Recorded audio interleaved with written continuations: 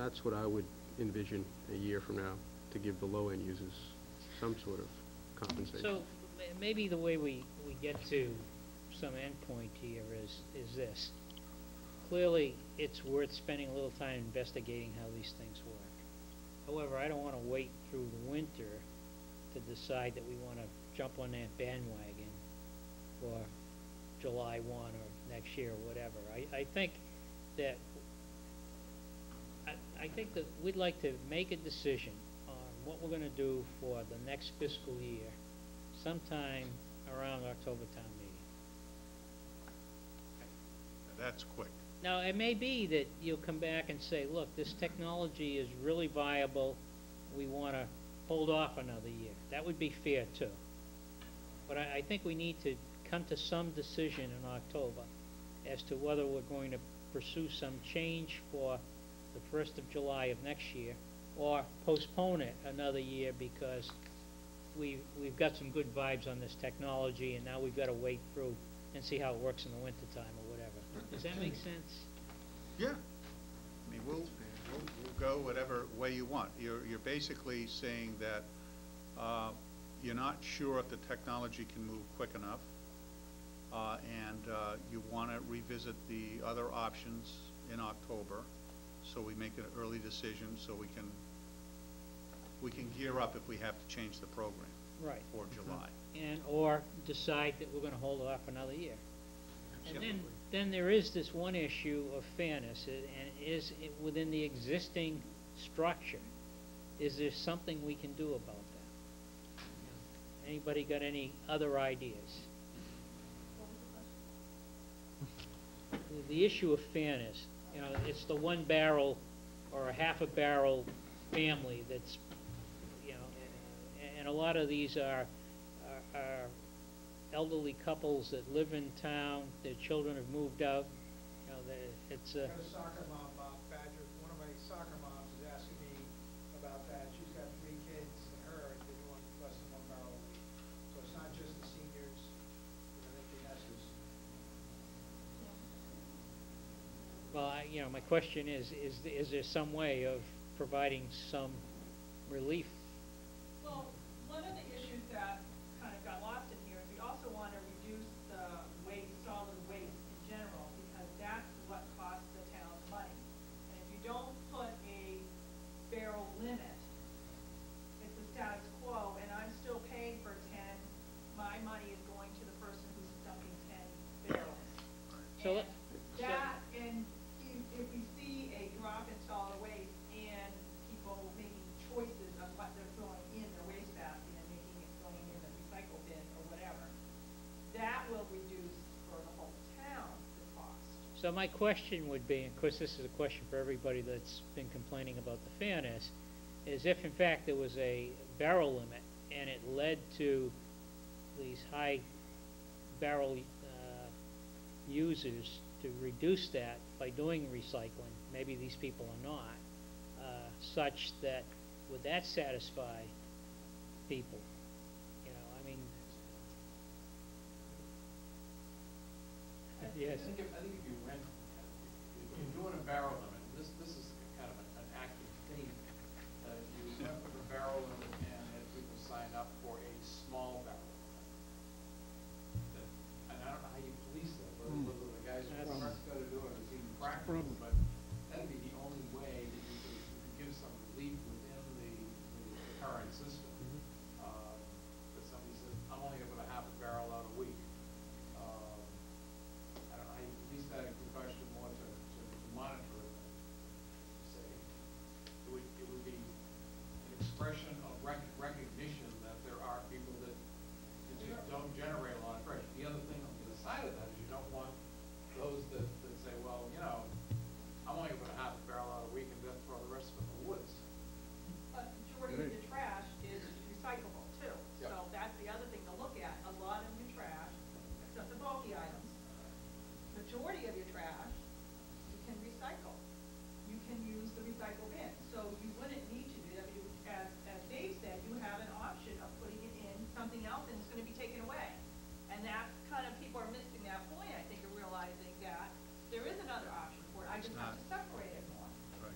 there's not, and pay more attention to what I'm doing, and not just throw everything in a wastebasket. It's also an option to, Joe, the other discussion Joe was mentioning about the items.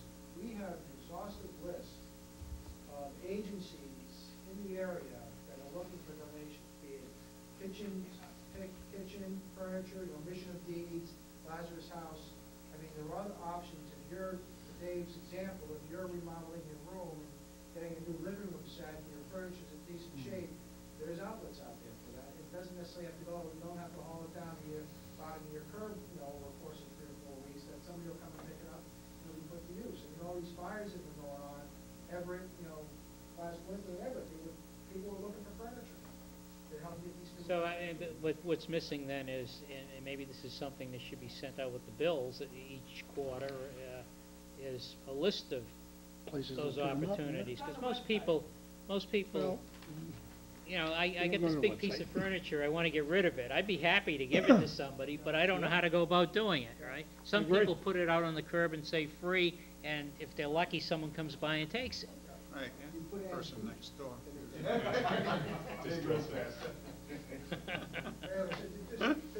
are other options there, besides figuring out, where's this gonna go? Is it gonna go on a side street somewhere, or, do I have to wait over a course month? We need to keep promoting. What we've been working on is keep marketing and looking for opportunities to promote and keep recycling them. So, I mean, the attitude's changing, the paradigm's moving in town, and I'll use the public area containers. If you recall, we got a grant about a year ago for public area containers. And I bought 7 of those cages, and I had them at Dwyer, I used them at the 4th of July last year.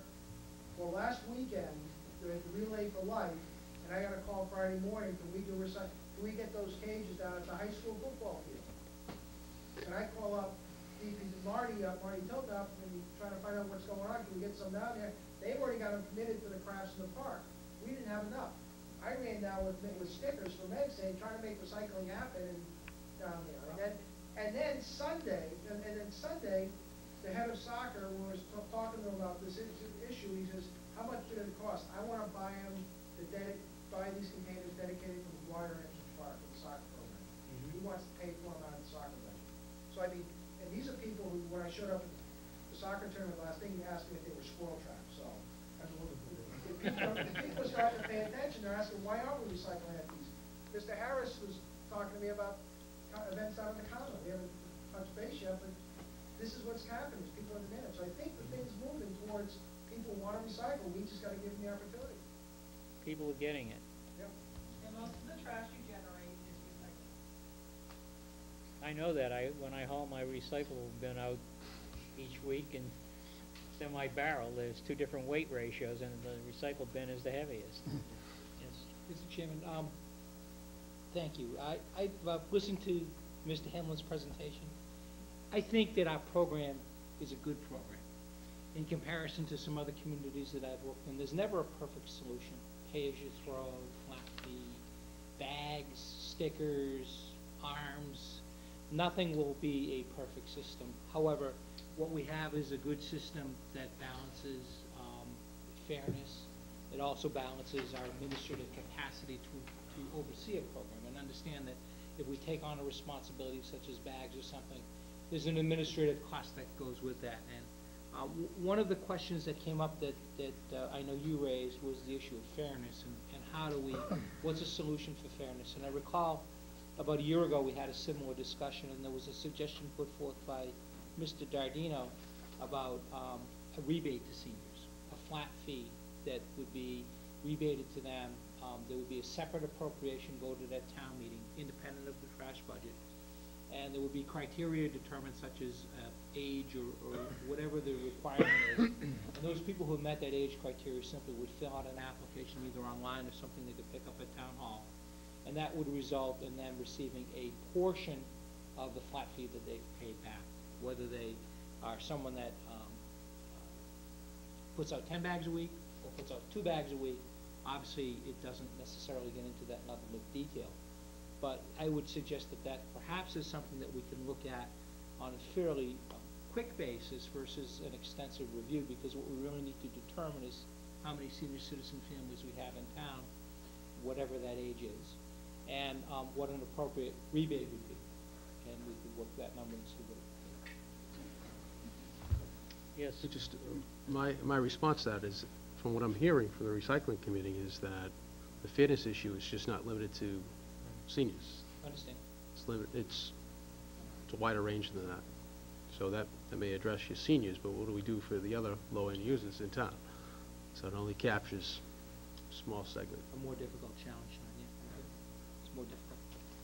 I guess after hearing the pros and con arguments at this point, I think that the barrel or bag limit is something that we need to enact and see how much of an impact that is.